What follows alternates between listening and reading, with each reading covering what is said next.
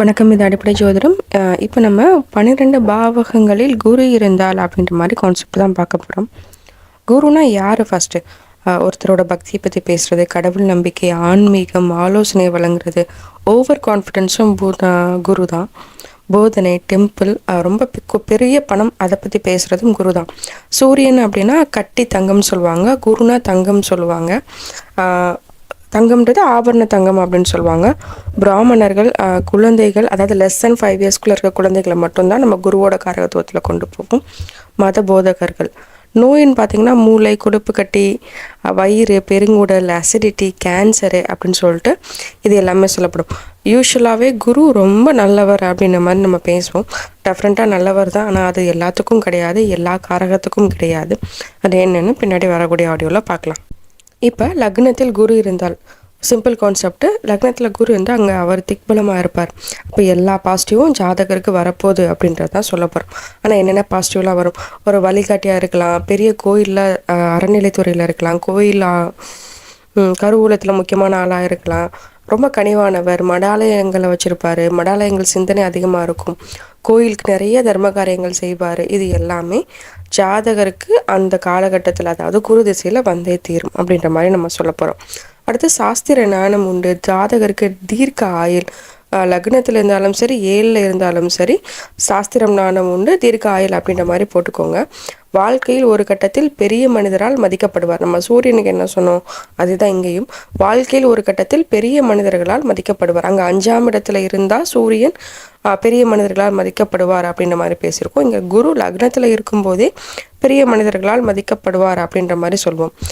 திடமான உடல் அமைப்பு, அழகானவர், நல்ல மனம் உண்டு, செல்வ செழிப்பு, அமைதியான குணம் உண்டு, ஆடம்பர பிரியர். அட் த சேம் டைம் குரு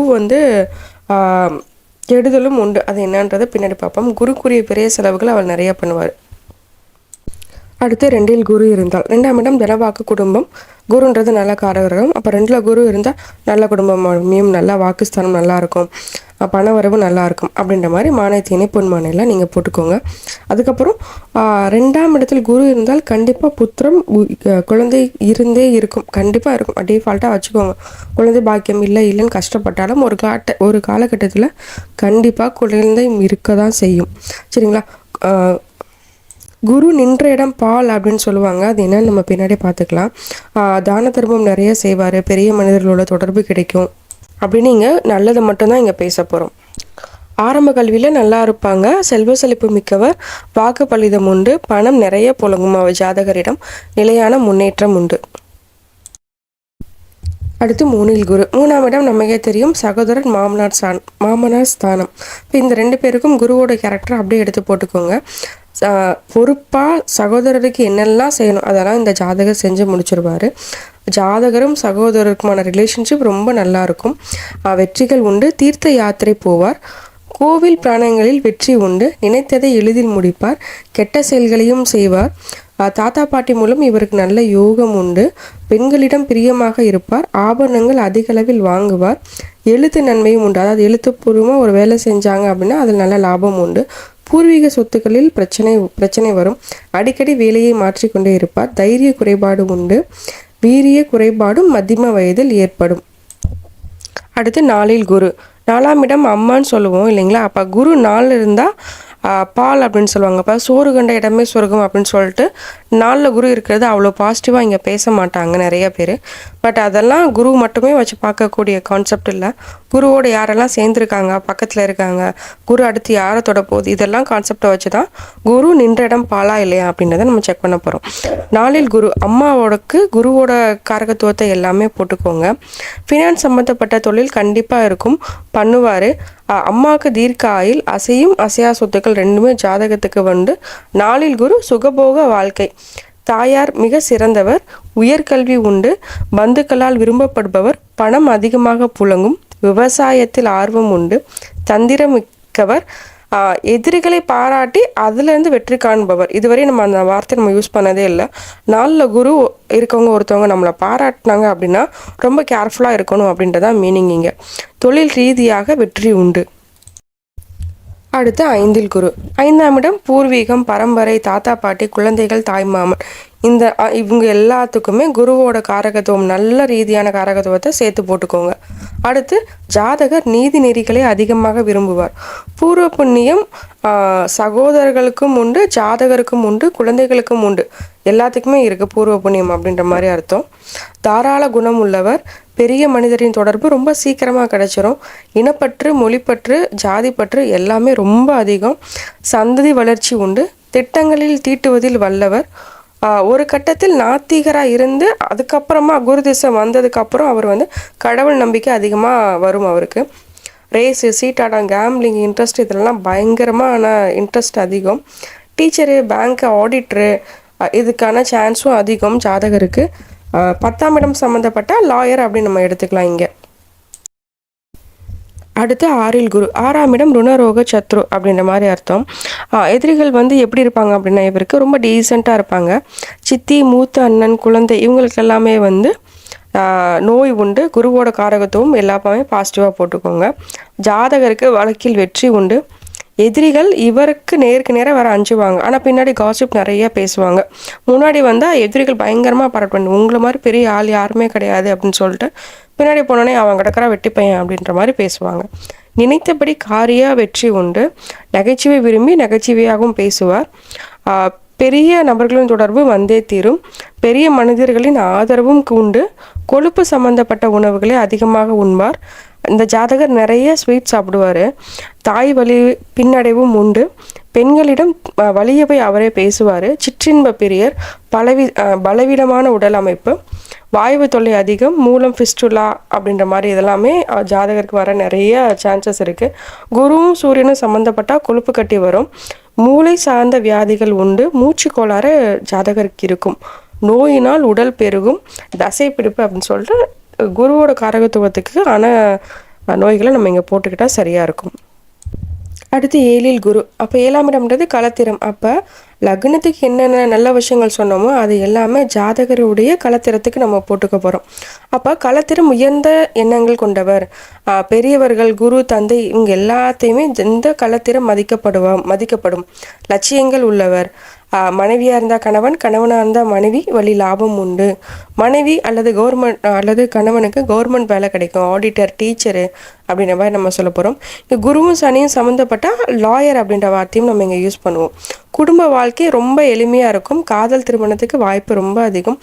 குலப்பெருமையை அடிக்கடி பேசுவார். நாங்களாம் அந்த காலத்திலே அப்படி, அப்போ இப்போ எப்படி அப்படின்ற மாதிரி குலப்பெருமையை அடிக்கடி பேசுவார். ஞானம் உண்டு. ஆச்சாரம், கல்வி, பெருந்தன்மை உள்ள களத்திரம் கிடைக்கும் ஜாதகருக்கு. பொது வாழ்க்கை பிரபல யோகம் உண்டு. பொது வாழ்க்கையில் கல்வி கலைகளில் நன்கு தேர்ச்சி பெற்றவர். அடுத்து 8ல் குரு. 8ஆம் இடம் நெகட்டிவ் தான். அப்போ நெகட்டிவ் தான் நம்ம பேச போகிறோம். ஆயுள் கண்டம், ஆயுள் அதிர்ஷ்டம் இதை பற்றி பேச போகிறோம். அப்போ குழந்தைக்கும் மூத்த சகோதரருக்கும் குழந்தைக்கும் ஒரு குருவோட குணத்தை போட்டுக்கோங்க. குரு அது சம்மந்தமான ஒரு வியாதியும் வரும்னு போட்டுக்கோங்க. இது எப்போ நடக்கும் அப்படின்னா, ஜாதகருக்கு குரு திசை வரும்போது ஜாதகருக்கு சிறு வயசில் ஒரு விபத்து நடந்திருக்கும். ஜாதகருக்கு தீர்க்க ஆயுள் உண்டு. அடிக்கடி இடமாற்றம் செஞ்சுக்கிட்டே இருப்பாங்க. வட்டிக்கு வட்டி கட்டுவார். திடீர் தனயோகம் உண்டு. போட்டி பந்தயங்களில் ஆர்வம் உண்டு. திடீர் விபத்து, கோர்ட்டு கேஸு இதெல்லாமே உண்டு. போதைப் பொருளுக்கு ஜாதகர் ரொம்ப சீக்கிரமாக அடிமையாகிறதுக்கு நிறைய சான்சஸ் இருக்குது. கல்லீரல் அல்லது கொழுப்பு கட்டிகள் வர்றதுக்கும் வாய்ப்பு உண்டு. மறைமுகமான சாஸ்திர ஞானம் உண்டு. ஜாதகர் பெரிய குடும்பத்தை நிர்வகிக்கும் திறன் உள்ளவர். அப்போ அவர் தான் அங்கே ஹெட்டாக இருப்பார்ன்ற மாதிரி மீனிங் அந்த குடும்பத்துக்கு. அடுத்து 9ல் குரு. 9ஆம் இடம் தந்தை, பாக்கியஸ்தானம், இளைய மச்சான். இவங்களுக்கெல்லாம் குருவோட காரகத்துவத்தை எடுத்து நம்ம போட்டுக்க போகிறோம். பாக்கியஸ்தானம் எப்படி இருக்கும், ரொம்ப சூப்பராக இருக்கும் அப்படின்ற மாதிரி மீனிங்கு. ஜாதகரின் தந்தைக்கு தீர்க்க ஆயுள் உண்டு. சகோதர உறவு பலப்படும். ஜாதகருக்கு என்ன சொல்கிறது, ஜாதகருடைய 15ஆம் வயதில் தந்தையார் மிக பிரபலம் அடைவார். எழுத்து ஆற்றல் உண்டு. பக்தி அதிகம். வாரிசு யோகமும் உண்டு. அடுத்து நினைத்த காரியத்தை அவர் ரொம்ப சீக்கிரமாக ஜெயிச்சிருவார் அப்படின்ற மாதிரி அர்த்தம். சளி தொந்தரவு உண்டு. பெரியோர்களிடம் மரியாதையாக நடந்து கொள்வார். தீட்சை கிட்டும். பெரிய மகான்களிடம் ஆதரவு உண்டு. எதையும் சாதிக்கும் வாக்குவன்மை உண்டு. குல பெருமைகளை காப்பாற்றுவார். சூழ்நிலைக்கு ஏற்றவாறு நடந்து கொள்வார். நகைச்சுவை உணர்வு உண்டு. வெளிநாட்டு சென்று வர அதிக வாய்ப்பு உண்டு. வெளி உலக தொடர்பு நன்றாக கிட்டும். அடுத்து 10ல் குரு. 10ஆம் இடம் தான் தொழில் ஸ்தானம். மாமியாரை பற்றி பேச போகிறோம். இப்போ மாமியாருக்கு குருவோட காரகத்துவத்தை டிஃபால்ட்டாக போட்டுக்கோங்க, நான் சொல்லணும்னு அவசியம் கிடையாது.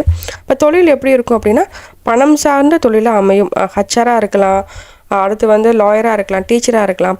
அந்த மாதிரி பணம் ஃபினான்ஸ் பற்றி பேசுவாங்க. ஃபினான்ஸ் பற்றி பேசுகிறதா அவங்களுக்கு ரொம்பவும் பிடிக்குமே. அப்போ பண வசதி உண்டு, ஆள் பலம் உண்டு. அடுத்து வந்து கண்ணியம் மிகுந்த பெரிய மனிதர். சங்கீதம் ரொம்ப பிடிக்கும் அவருக்கு.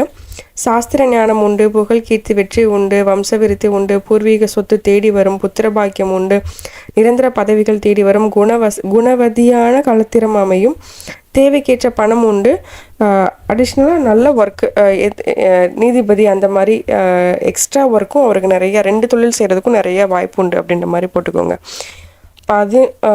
10ல் குரு அனைத்துமே நல்லது, சிம்பிள் லாஜிக்.